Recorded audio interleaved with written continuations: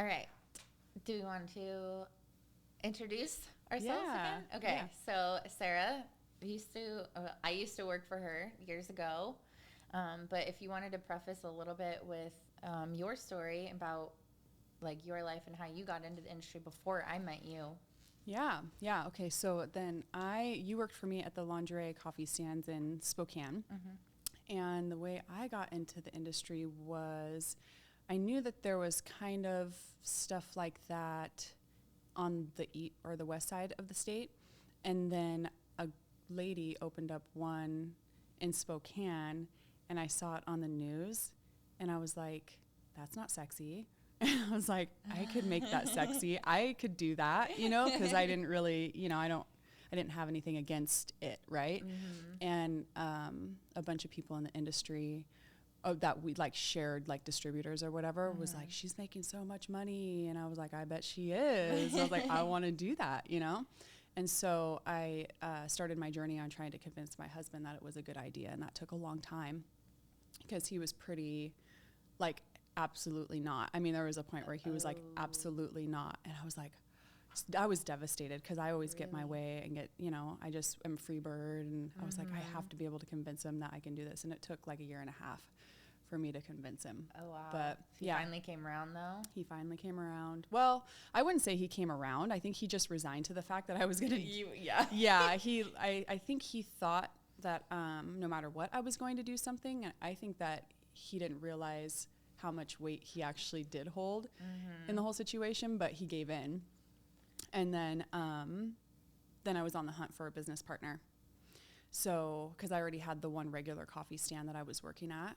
Okay. And it wasn't making like really any money. I mean, like 15 years ago, it just wasn't like super duper popular. And I also didn't know exactly what I was doing. Like I didn't even understand like customer service. I didn't know what brought people back. We made bomb coffee, but I mean, even the way the stand looked, like there was just so much to it that I never ever, knew. I guess it took me a while to figure out. And then when Fred, my business partner, who he ended up being my business partner, and I asked everybody. I asked chicks for anybody's number. I was like, do you know anybody who might want to go into business with me? And like whatever. So I finally found Fred, and then he had me write a business plan. And then it was like an aha moment. I was like, whoa. And I think at that point, I mean, after that, I picked every spot was a good spot. And I knew exactly which one was going to be a Bliss and which one was going to be Black Sheep. At the time it was Devil's Brew, but yeah. So you didn't want to work at Devil's Brew when you first started it? No, I never. Knew you were like No, and actually, so it was never like my style, right? I was never ever comfortable enough to like get, I mean, barely comfortable enough to get in a bathing suit. You know what I mean? Okay, like, so I was like, yeah, there's no way. But also, I remember I was super jealous, freaky chick back then in my relationship, and I was like, "Oh man, how am I gonna own these things and like keep Mike away from them, and that kind of stuff?" Yeah. I want to know more about that. Was Yeah. that hard for you at first? Like, did you work? Well, I made a decision before I actually opened them, right? So we kind of got in this like little like catty argument, and I was like, well, you're never going to go there. And he's like, well, you're never going to work at them. And I was like, oh, that's easy. I was like, fine. But I kind of had like there was like, a couple of times in my relationship, because I was super, super possessive and jealous and come from like a really bad place, like to the point where I didn't even want him to like go to his friend's house without me, but I wanted him to go. Like it was like this weird, like, I was like, don't, I would get like mad that he was going to leave and go to his friend's house without me or something. But then once I like threw a little fit, I really did want him to go. I didn't want to be like that. So it was kind of like a push and pull type thing. And then at that point he didn't want to go, it was just like he was dealing with like a irrational person, And so it got like my jealousy and weirdness got so bad. It was stupid stuff. Like I was like, I could not stand to even be in the same room with a pretty girl if he was with me. because I was like, he's looking at her, and that's all I could obsess about. I mean, I was really, really mental. Wow. And so, yeah. No, I've been there. So yes. I'm like, I know it's just interesting listening to another girl that has happened to. It's miserable. Yeah. It's so miserable. It is. Yeah. And I was like, I need to leave because I can't live like this. And then it kind of dawned on me, I was like, this is going to be my reality with any man until I can figure my shit out, you know? And so I kind of like just slowly started working on that. But the coffee stands was what really made me shed that, because it was this or that. Okay. I was like, I'm either going to go in this direction. I know this is going to be successful and get me to where I want to go. Because I knew I wanted more blissfuls, and, you know, this was kind of a stepping stone, you know? And I realized that once I wrote my business plan, you know, I could do double the business in the same area, you know, because you kind of have to pick. There's only so many spots that would make a good blissful. And then the other spots, you know, I could kind of strategically make, you know, a black sheep. And so basically in the same amount of area that like I would typically have like 5, I have 11, you know what I mean? And so it was just a really good business move. Yeah. And I wanted that more than I wanted to. I didn't want to be that jealous, freaky chick anyway. Yeah. You know what I mean? So I was like, I'm just going to have to let this go. And so it kind of started by like, you know, like on the Instagram, like showing him the girls, getting his opinion, you know what I mean? Having him help me and seeing that he was just a normal, I mean, it absolutely helped that he was like not a creep. Yeah. Because if he would have just been a creepy dude, then obviously like that would have just been like, I don't know. Yep. I don't even know where that would have gone. But, so it was just like kind of like dipping my feet in the water or whatever, and just realizing that it's just like also human nature. Like I'm really into like, you know, like truth, you know? And so, I never for one second thought that he would like cheat on me or be, you know, that kind of a person. Yeah. So all of those things combined really helped. Kind of faded from just like stepping into the fear and like facing it. Yeah. Wow. And he would never have been like a customer like normally. Like I would have to make him go through to like secret shop girls, or he was just really a normal person. So that really helped heal all of that. Yeah. And now I think I'm just at a place where I understand human nature and men and women, and honestly, like even like the research and stuff and the people that I work with now. Rollo Tomasi is a big one. Like he will break down just the reality of intersexual like dynamics, you know what I mean? Yeah. And it's just our nature, you know. I mean, women don't have like the best nature either. Yeah. You know, it's just whether you kind of want to accept it or not. Yeah. So that's awesome. Yeah.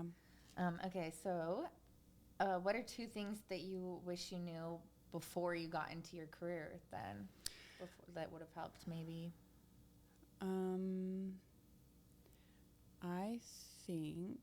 I kind of think maybe nothing, because ignorance is bliss, and I don't really know. I went through some really, really hard stuff, and I don't really know if I would have been like, yeah, let's do that. You know what I mean? I know, well, one thing, I know that like if you don't hire the right girl and then you try to mold that girl, I wish I would have known that. Hiring the right person in this industry is really important from the gate, you know, because then you're hurting feelings, or you're sticking your foot in your mouth or whatever. And I'm really blunt. Yeah.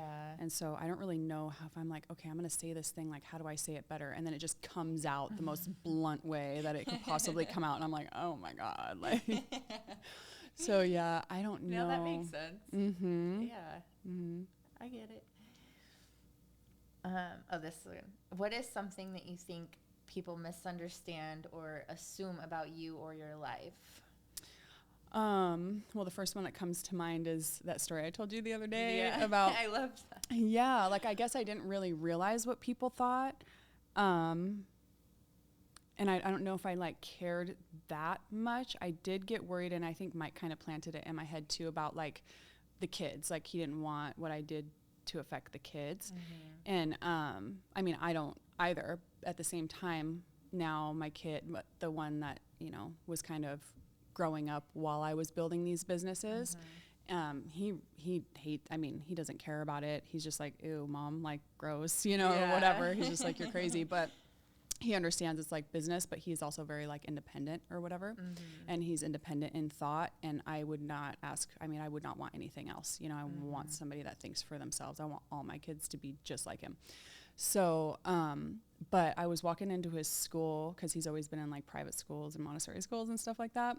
And I walked up to the office or like this little room, and I could hear them all talking. And Connor at the time, my kiddo at the time was, he was like having some problems in school or whatever. And I don't know if they were behavioral or what, but, I heard him saying something about, oh, well, his home life, like, and it dawned on me. I was like, whoa, like, what do they think that I'm doing at my house? Like having porn parties all day? Like, I don't know. I have a totally like normal household, Yeah. So I think that people just assume that it's wild, like that. I mean, I don't know, like even like the ladies that used to pick at us and stuff. I mean, they thought that we were selling more than coffee. Yeah. Like just tons of, but you know what though? Like a lot of those stands do. Yeah.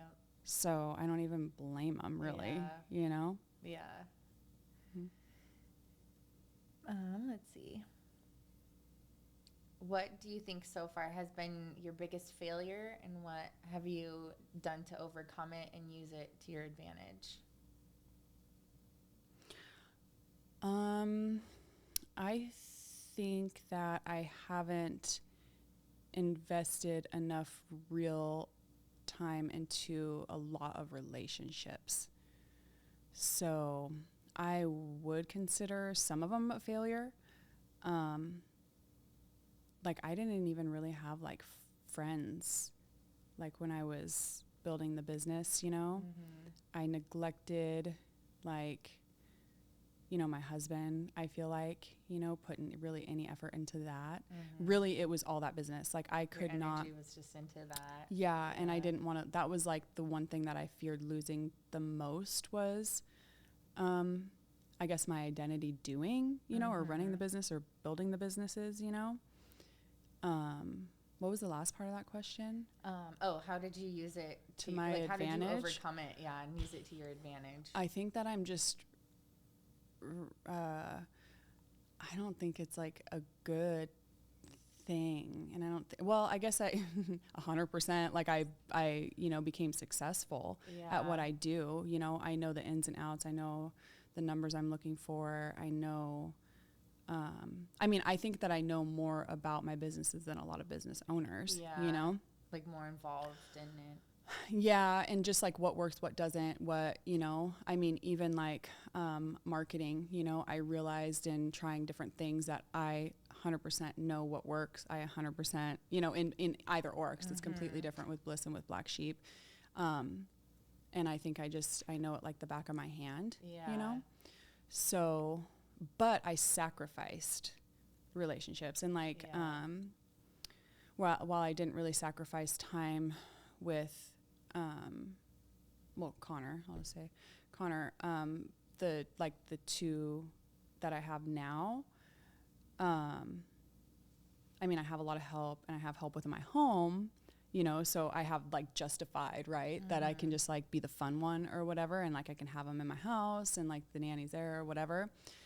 But I could be a stay-at-home mom. Yeah. So. Yeah, I was going to say, after you have became success or got to a point of where you feel like you were happy with it, do you think that you were like more balanced out with your relationships, or did you think that it's been like better than prior to when you were like full blown, like full bore, like trying to get it all kind of, in the beginning stages of it? Yep. Yeah. Cause I've been focusing a lot on my friendships now, and just like building community, and especially since like, that's amazing. Yeah. Since like all of the crap that's been going on in the world, like I really want to like be with, like-minded people or whatever, and kind of prepare and plan and all that kind of stuff. And I do feel like I can relax and be with the kids when I'm with the kids. So that's really cool. And I don't always, right? So if I'm trying to work and be with the kids, like that's just like a nightmare. But yeah, I'm trying to kind of make up for that, I guess, in a way. Yeah. You know? But yeah, I think, I mean, one of the things that, like, I know that like some of my family members, they have thought some weird stuff about me. Really? Like Like spoken to you or behind your back or both? Well, kind of behind my back, and then like they'll say it to my face, and I'm like, whoa, like why did, you know, they'll just be like, wow, you really like did this thing, like that was so nice of you, and like, I don't know, like help. So I mean, like for example, like when I'd see like potential in like a girl that worked for me. I mean, you know, you worked for me from like the beginning, right? And so I've always been that way where I like give a million chances, and I want the, you know, the best for people and like all that kind of stuff, but they didn't see that because I don't know, I wasn't in their life because my lack of, you know what I mean, I was just doing my thing. Yeah. And so now that I'm like building that relationship again or talking to them more, I know the ones that I had the least contact with think the craziest things about me, or they'll be like, wow, you're really like doing good things or like trying to help. And I'm like, what do you think? I'm just out here being a piece of shit? Like, what the hell? Like I've not changed. Like I've literally not changed. And I think it's like, cause, you know, my one sister, I mean, they were kind of like messed up, right? So I kind of kept my distance and we would fight a lot and that kind of stuff. Well, when I saw the one getting a little bit better, then I'm like, let's do this thing. And like, then I, you know, am kind of trying to build something with her, but it's because I saw potential in her finally. It's not necessarily because, you know what I mean? I just wasn't doing that with them. So yeah, the relationships and the assumptions are a huge thing. A big, yeah. I figured. I could only imagine over the years. But I mean, I'm sure that people kind of see. It's funny how there's a quote, I'm going to totally butcher it, but it's something about people, like at first they judge and then they admire and then they're like, oh, I knew you could do it. Like, that's like, what? You were not, you were totally against me in the beginning. What are you talking about? So it's kind of like that's that. That's good. Like, I've never heard that, but I need to memorize that. Yeah, it was, I forget the exact words, but I need to remember it. But it's like, it's so true. It because is it's like true. People want to be like, oh yeah, like I totally, like I knew they could do it. Like I was there. I was like, no, you doubted me at the beginning. Like what? That's funny. But, that's so true. Oh yeah. Okay. So talking about your kids, a lot of women, I feel like, think that maybe kids would like hold them back, or they, you know, wouldn't have enough time to be able to succeed. But it's obvious that you've been able to handle having them and creating and, you know, running successful businesses and writing your amazing book that I love. Thanks. I read it in like a day. Oh. So all of those Thanks things. for plugging that. I never do. No, I'm so bad at it. Yeah, it's just amazing to me. Like I'm just in awe, and I don't have any kids, and so for the fact that you have numerous is like just phenomenal. So, how has having kids either like made it more difficult in your journey, like what you've been building, or how has it like contributed to your success, like having, you know, children in your life? Well, it's kind of like there's two sides to it. So like I don't think I would have chosen to have two more had I not had enough money to hire a nanny. Like I knew, I was like, I could have more kids, I could hire a nanny so I could do all the fun things and have none of the hard things. Well, you saw what it was like last time. I'm like, oh my God, poop everywhere. So like there's never getting out of the hard. Yeah. But completely. But so when I chose to have kids, more kids, so Connor, he came to work with me all the time. Like he was raised at Blissful. And so that was hard, but like I loved it because like I didn't have that with my two older kids because I was so messed up, and then they got like taken from birth, so I didn't have them. So I was like craving that I got to take him home with me. It was like a freaking miracle in my mind. I mean, I literally called like CPS on myself and was like, I'm having a baby. What do you want me to do? I need to know what to do right now so that I don't have to go through that again, you know? And so he was just like by my side, like 100% through everything. And so it, like, whether it was easier or it seemed a lot easier, he seemed like a really freaking easy kid, you know? And then, by the time that I decided to have the last two, like pretty much my day consisted of like I had all of my managers in place. I really didn't have to have, I mean, I just showed up and was like, hey, what's going on? Like, like whatever. And so it was real chill, real easy. And then I would like wake up in the morning. I had my diet dialed in and I was working out all the time. So I would just like up until about like 11 o'clock, I was like doing all of my little health things, right?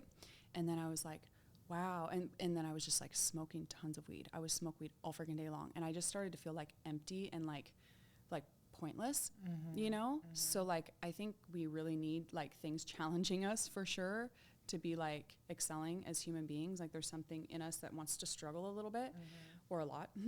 And so I felt like having kids or having another baby would like bring me some purpose, and I could share my new healthy lifestyle with them, because I had like kind of went from like, you know, living like standard American whatever to like midway, probably when Connor was like 6 or 7, 6, completely like changing everything. And I did that to him, and it was devastating for him, right? So I was like, I could raise a kid in the healthy lifestyle. Well, now you see how healthy my lifestyle is, like Doritos, like, so it didn't, like, honestly, it was just like one of those things where I thought it was like a really, really good idea. And I could like kind of bring all of this through. But like what I tried to do, and this is kind of how I do life. Like I couldn't really like recommend doing life the way that I do life. I like want something going on, and so I'll start a million things and see which ones stick. Not all of them stick, right? But like a lot of them do, and it creates a lot of work. And I figure, because I know I've done this a million times, is that I can handle anything. You just have to get used to it. So you just keep doing it, and then eventually the workload will just be your norm. So I have the 2 kiddos, which was easy enough, right? Because I was just chilling and whatever. But then the lockdowns and all that crazy stuff happened. And then that kicked me into high gear. I was like, I should have known better. Something was going to happen that would keep me busy, you know? And so then I have these kids, and I'm super worried about the state of the world. And then I'm like, oh, I have to get back to work. I need to pay attention. I need to get back to work. I need to like save myself and my family, basically. You know what I mean? So it kind of became this whole thing. But if I wouldn't have had them, kids make you. So it's kind of like your motivation. Yeah. You know? Yeah. Like, and it's not like, motivation is one thing, but you have to. Yep. You know what I mean? So like, I don't even have to have motivation. Like I have to, because my kids' survival depends on it, you know? Yeah. So that makes sense. I love that. And your kids are awesome, by the way. Thanks. I love them. I do. They're squishy. At what point did the criticism or backlash from people become enjoyable for you? God, it was always a little bit enjoyable. But like, so my dad is like the most sarcastic person I've ever met in my life, and he's hilarious to me, and I have that for sure. Like, so do you talk like that to each other? Who, my family? Yeah. Do you and your dad? Yeah, he's really sarcastic, and like I've seen him, because he rubs a lot of people the wrong way. You know, he just says whatever, you know, which I love. So I totally see like how I am the way that I am. Yeah. So he just says whatever, and then when people get pissy about it, he just basically like it rolls right off his shoulders, and he makes some sarcastic remark, and he laughs even harder. And so I'm just like, I love that. You know what I mean? So he's just always been like that. And that's literally how, it must be deeply ingrained, because I really do get a kick out of it. And one thing that did make me worry, though, I was more worrisome when Mike was worried about what people thought or whatever. And I'd get a little bit of anxiety about it, because he put thoughts in my head that I never thought of, you know? But I've kind of always had that, because I've always been the troublemaker, you know? So I almost had to have that kind of attitude in a way, you know, if I wanted to kind of survive. Yeah. But also, like, I know that, just from like the first owner in town, like, as soon as she was on the news, I was like, oh, a free commercial? Like, if they're sitting here hating on her and want to shut her down, they just gave her a free commercial. Like, I picked up on that right away. Yep. So didn't you call the news on you? Yeah, that was my whole marketing scheme. Like, I don't even know if it ended up in my business plan. I'll have to ask Fred. That's genius. Yeah, but when actually, no, it wasn't in my business plan, because I assumed that the news was going to be called on me. And when it wasn't soon enough, And then I just called myself. I was like, well, I'll just call myself and pretend like I'm complaining then. And it worked like 100%. It's perfect. So yeah, I remember being on yeah, I know. I was like, can anybody be on the news or coming down? Yeah, I know. They were like, is Sarah going to be here? And we're like, I don't know. And they're like, all right, well, like, can we interview you? We're like, sure. Me and Brittany. I was like, oh my God. I loved it though. It was awesome. Yeah. I was like, cool. Now we just get more publicity. Yep. And got busier after that. Oh, way busier. We had people that would come through and tell us that they literally came through just because they saw us on the news. I was like, well, awesome. It blows up the spot. Yep. Like, worked out for us. Yep. Destination spots like that. The news. What else was good for that? Oh, when we did the Rock 94.5, those, what was it? I can't remember what they called it, but they would come and post something up, like, and do a giveaway in our drive-through or whatever. They quit wanting to do that for us, or something happened with a new, I don't know. Like, they quit doing it after. I think I tried to get it done at Houston, and then they were like, nope. Oh, like whoever was in charge now was a chick who was hating. Of course. You know I know, it all just kind of depends. Yeah. You're like, you can't go with like, all right, well, it just depends on who you're asking and who's serving, because everyone has a different opinion on it. And like, how do they feel? Let's see. What is a commonly held belief about your role that you passionately disagree with? I guess it kind of ties into the assumptions, but... well, I think I've heard a lot about, what was that? I said it to you yesterday about like that I'm exploiting women or something like that. Yeah, and I definitely don't believe that. I mean, people are making their own choices. You know what I mean? Yep. It's kind of like, I liken it to, I mean, any bad habit or whatever that, like, so if I sell alcohol, but you know what I mean? And there's tons of alcoholics, like what, you know, people still sell alcohol. Yeah. You know what I mean? Yeah. And people still drink it. And if they don't buy it from your store, they're going to buy it from someone else's store. Everyone makes their own decision. Yeah, I agree. absolutely. Yeah. I mean, that's really all I can say about that. And then, I mean, it's all business to me, you know? I can't say it's all business because there's something about it that I really love. And it's probably goes like, cause I like it was taboo when we first started, maybe a little bit less now. But I loved that I had like a whole slew of people picketing the place. I thought that was so cool. Yeah. I was like, yeah, like, so yeah, there's something, and maybe would that be voyeuristic? No, that's more like having sex in public, isn't it? Yeah. Yeah, it's like, but something like that, feeds into my naughty side. Yeah. You know what I mean? Yeah. Yeah. Well, and I mean, because even still, you guys don't have very many other companies that are doing it, do you? There's only you guys and there's not many. Yeah, no, there's not many people I don't think that are willing to own it, and then also you got to have, like, if you want it to be successful, you have to be a smart person with a head on your shoulders. I'm not trying to toot my own horn, but like, I mean, you know what I mean, to pull off what we're doing. They're like, oh, this seems like a good idea, and let's get that. And a lot of the time, I've worked for companies for a day when it's like a guy that just thought it was cool. Then I'm like, no, that's never a good idea. Shuts down and like, no. Yeah. Like, you kind of have to know what you're doing, or you know, so you have to have like you have to be willing, right, to be in the industry, and then you have to have a good head on your shoulders. You have to. And have thick skin for what people are going to say. Yeah. So there's a handful of criteria there that I don't think is common in one person. Yeah. That's why I want you to do it so bad. I do. I do. Yeah. And that's the thing, too, is, like, it's so funny to me, even, like, being one, you know, and obviously getting criticism as well. It's, like, the people that have the most to say about us doing the work or you owning the place and exploiting us or whatever. It's, like, usually they're people that have never been to one. Or have no idea what goes on at them, or no idea, they just don't like the idea of it or something, or they like make their own.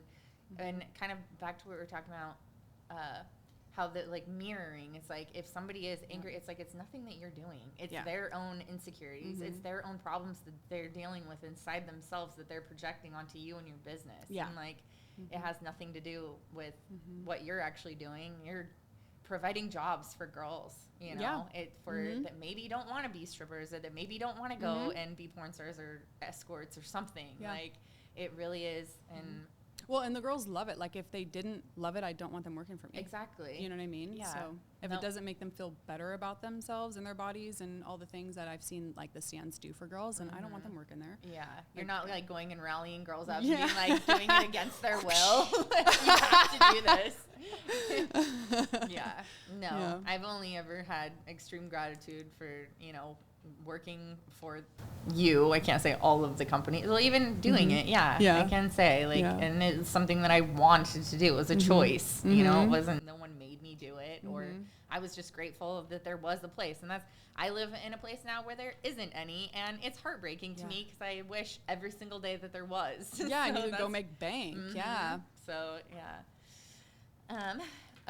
on the money point, if you did have unlimited funds and nothing blocking you, nothing holding you down or keeping you back, where would you travel to, or what would you spend your money on, and why? Ooh, at this point, I would invest a ton. So I'd buy a ton of real estate, cash flowing real estate. I mean, this is just where I'm at in my life right now, right? Yeah. So probably like, well, I probably wouldn't want to start with apartment complexes. Maybe I would like invest in some like syndications, which, you know, would be like bigger projects like that, and then get some of my own cash flowing single homes, probably duplexes or fourplexes or something like that. Okay. And then buy a bunch of Bitcoin and Ethereum. I mean, I'm doing all of this stuff on a smaller scale, but I would buy a bunch more. And then I would probably play a little bit more in DeFi. DeFi is kind of like the crypto space. So it's like another... I've heard the word, but I'm not super familiar.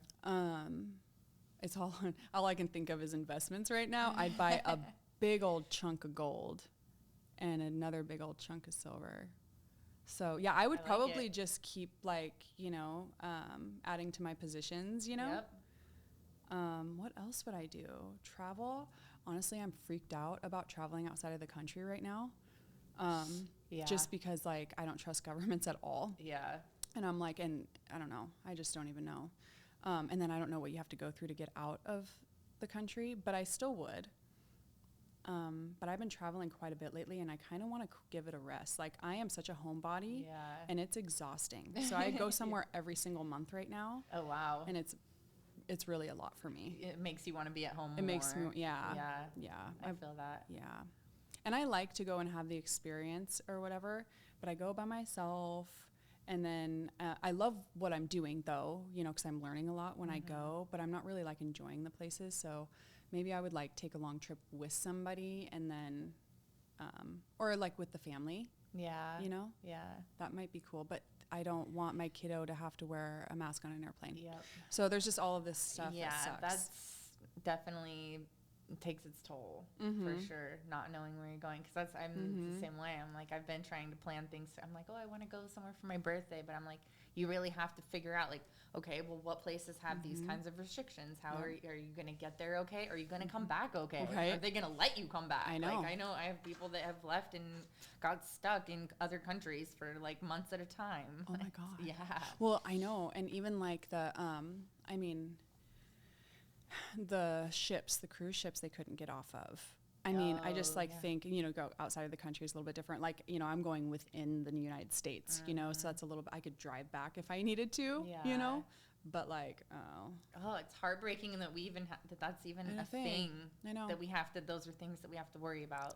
Bullshit. You think you're free and you're able, it's like, I had these little inklings throughout, and I remember telling this to Mike. I was like, you remember when I said that, right? And I don't remember what it was, but certain things had happened. I mean, this was like years ago, and I was like, we're not as free as they tell us we are, you know? And I would just be like, and then keep on going. Spoiled little rotten thing, had a couple of kids, and then boom. And I was like, oh my God, reality. This is really like, I don't know, it's the illusion of freedom. They're like, you're so free. And it's like, okay, well then stop treating me like a child. Like I can't even make a decision if I have to wear a thing over my face or not. Like, you don't trust me with that kind of decision. Yep.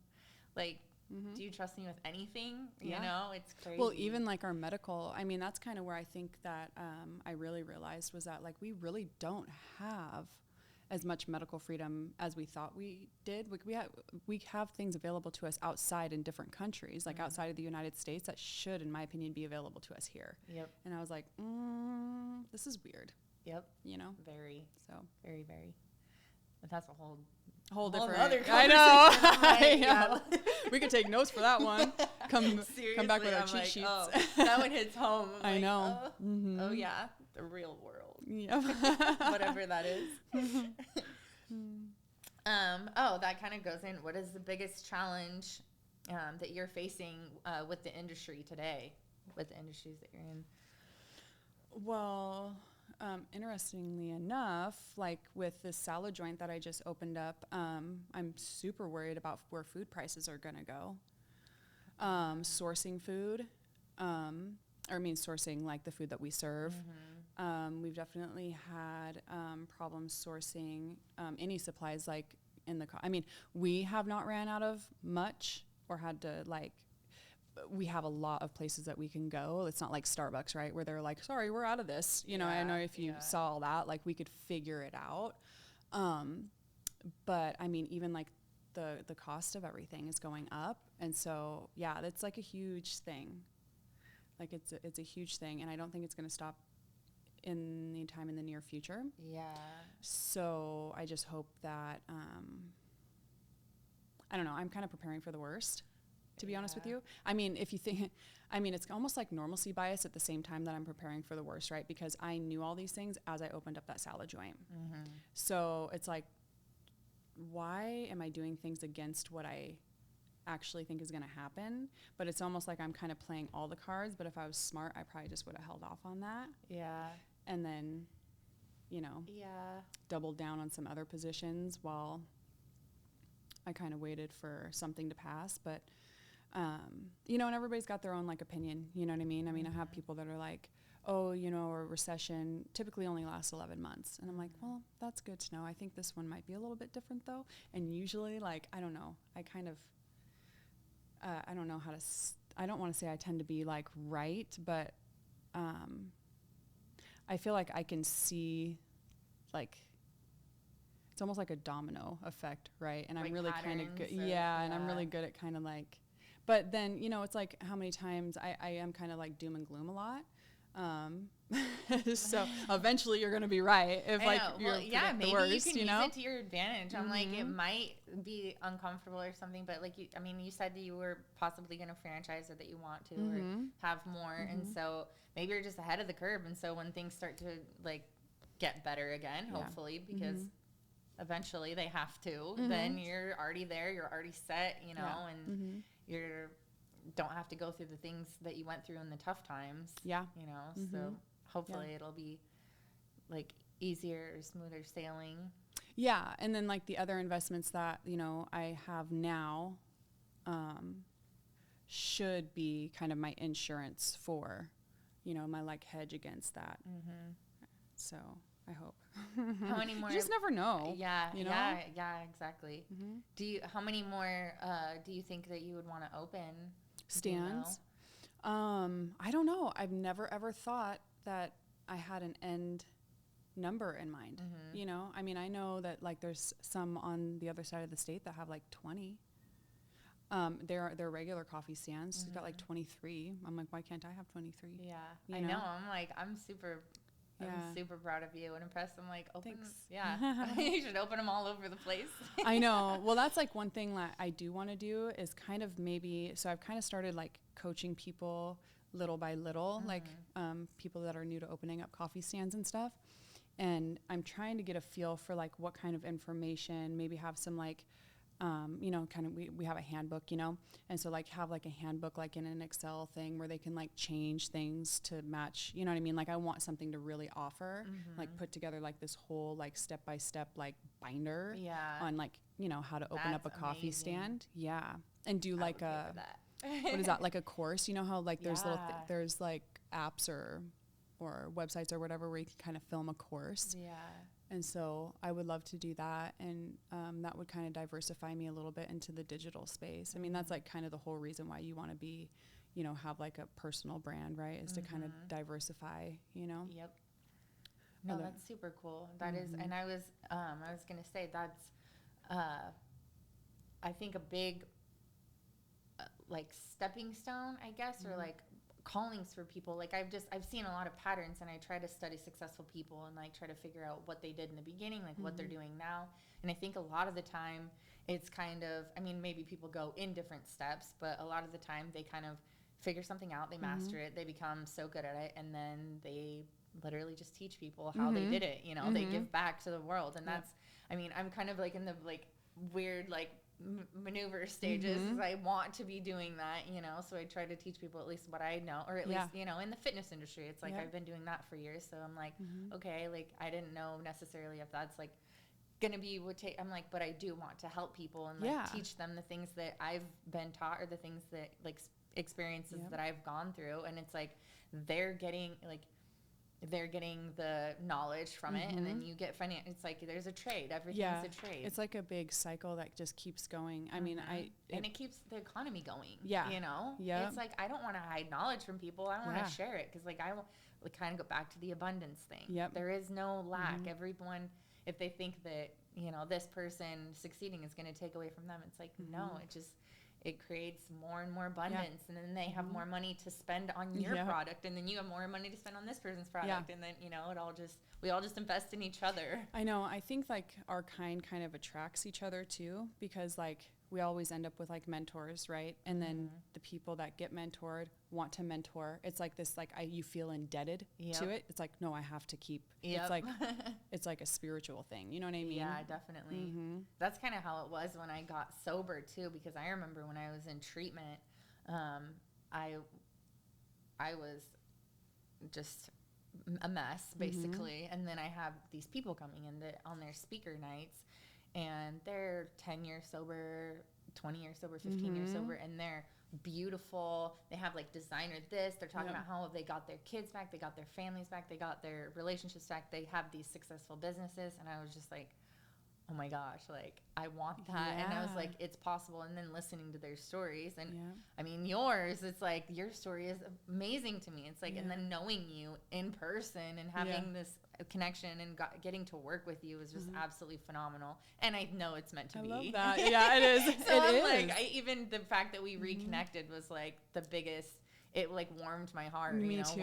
when I started to kind of clean my shit up, and I was like, I know she'll be so proud of me. I know. Like you were like pretty much one of the only people that like you never ever like shunned me, and like you knew that I was a good person, and I did too. It wasn't that I was a bad person. Like I don't like the word good and bad, but I was making poor choices at the time, but like you saw so much more in me than that, and I have so much respect for you, that you, for not even just me but other people as well, and that's a beautiful trait to have. So that's a whole another thing, but maybe that's my superpower, is to be able to see potential in people. I think so. I think it reminds me, Jordan's a lot like that too, and I think that's an amazing thing to have. You know, it really is. You want to know something funny? Going back to the circle, is that was the one thing that I heard over and over from my school teachers, is you have so much potential. Really? Yeah. You have so much potential. It sticks with me to this day. Do you know what I mean? Yeah. One of the judges told me one time, the system failed you. And I'm like, the system failed me? I'm like, I don't know what that means, but it stuck with me too. But yeah, it kind of, you know what I mean? I don't know. It's kind of weird.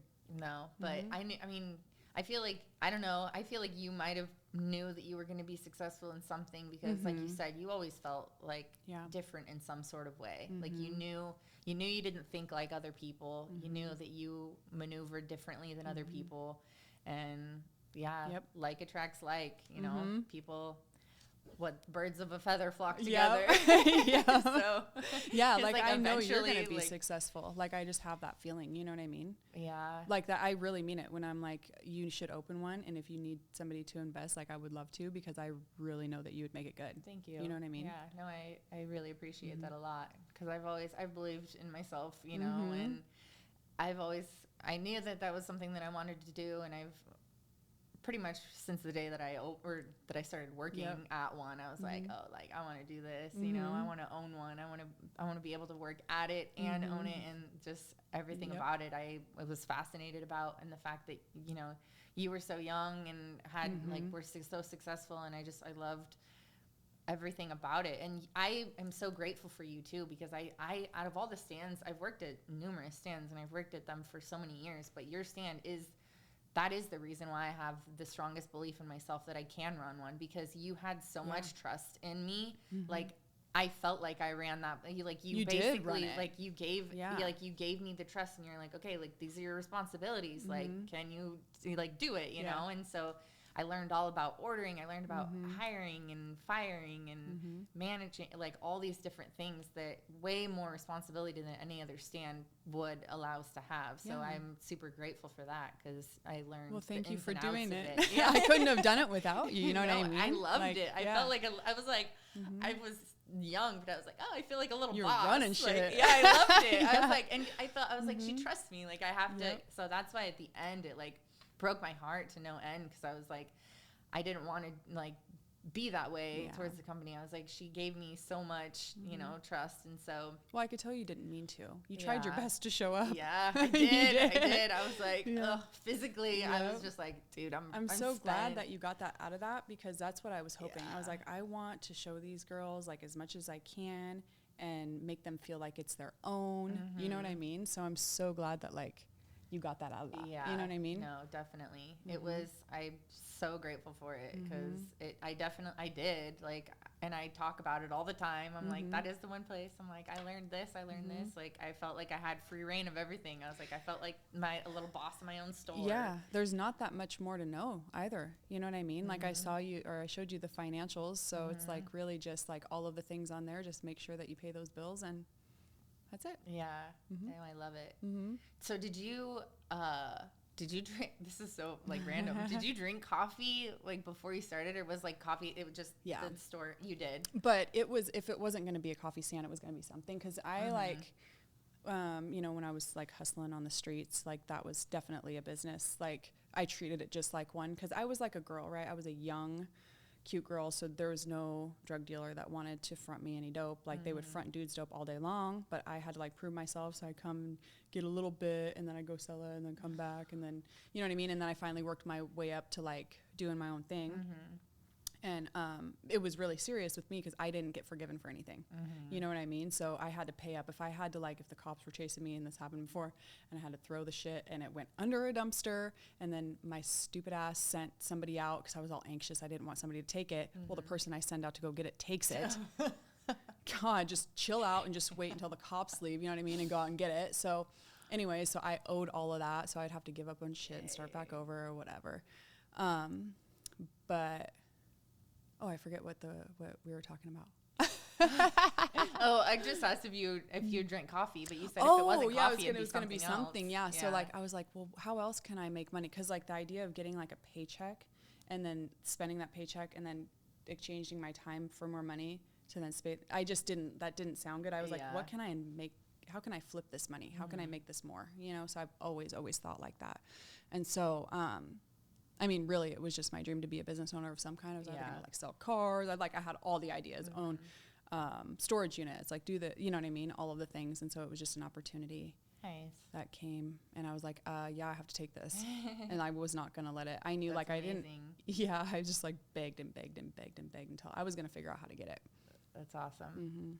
Do you think that you'll keep them forever? So, or do you have plans on, do you want to stay in the coffee industry? Definitely in the coffee industry. I think that Black Sheep, like it's a niche, right? So I think that I could make more if I were to say,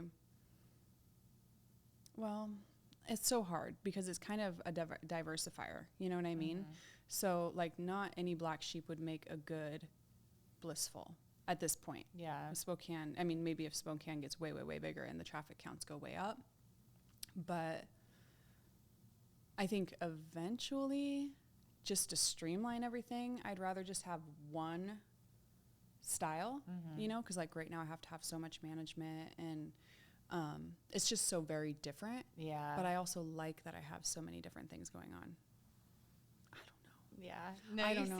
I can't seem plan. like you love it. Yeah, I do love it. Yeah. I feel like it's perfect for you. Like you have like this going on, but I'm like, you do it so elegantly though. Thank you. Like even just staying with you, I'm just like, oh my gosh, I'm just like in awe of all the things that you can balance, and like you just hold your own, and you're just so like calm, and like I love your energy is amazing. Funny. And yeah, I know it's just it's amazing. Yeah, my freaking out must not show on the surface as much. No. Yeah.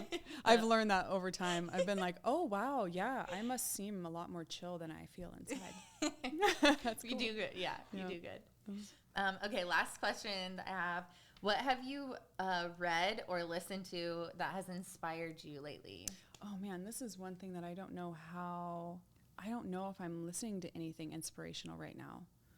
I'm preparing for the end of the world. So you're preparing. Oh, you know what?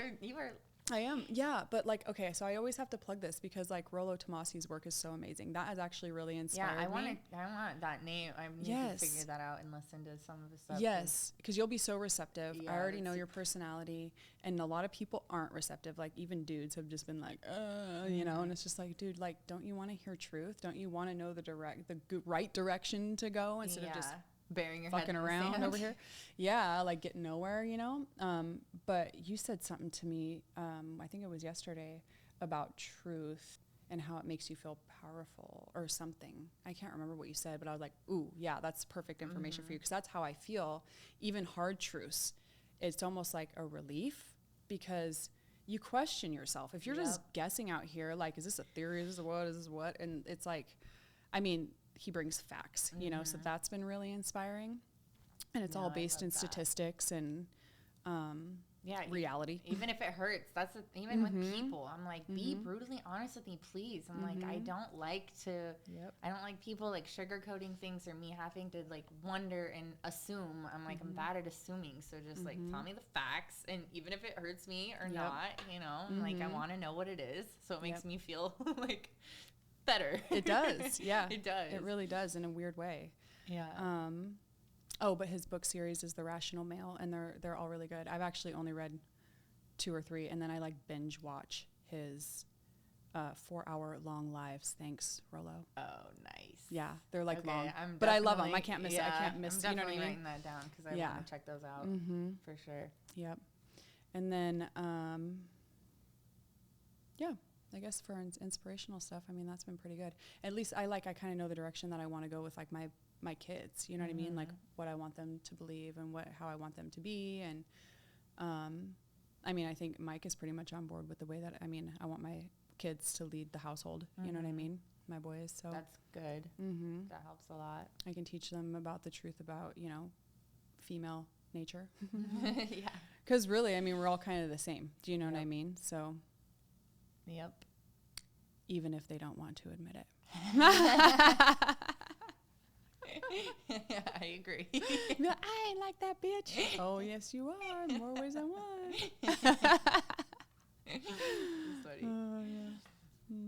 Okay. Well, thank you very much. That was fun. It was super fun. And I look forward to hopefully doing many interviews with you. Yeah. And vice versa. Yeah, especially after you read some of that. Yeah. Info. We'll have so much to talk about then. I'm super excited. I love hearing new. I always like jot down. I'm like, I gotta listen to this. Yeah. So. Yeah, we'll be applying it to all of the things we learned in working in this industry, and we'll be like, whoa. Yeah. Big time. I love hearing other people's perspective too, because that's I'm like, I have a lot to say, but it's just me. Yep. Like it's just one person's perspective, and so I try to tell people, don't hold too much weight on what I say. I take everything with a grain of salt. I'm like, we have 8 billion people in this world, so we have 8 billion opinions and perspectives. So everything isn't what it seems that it is. Yep. So it was awesome talking to you. Thanks, Allison. Thank you so much.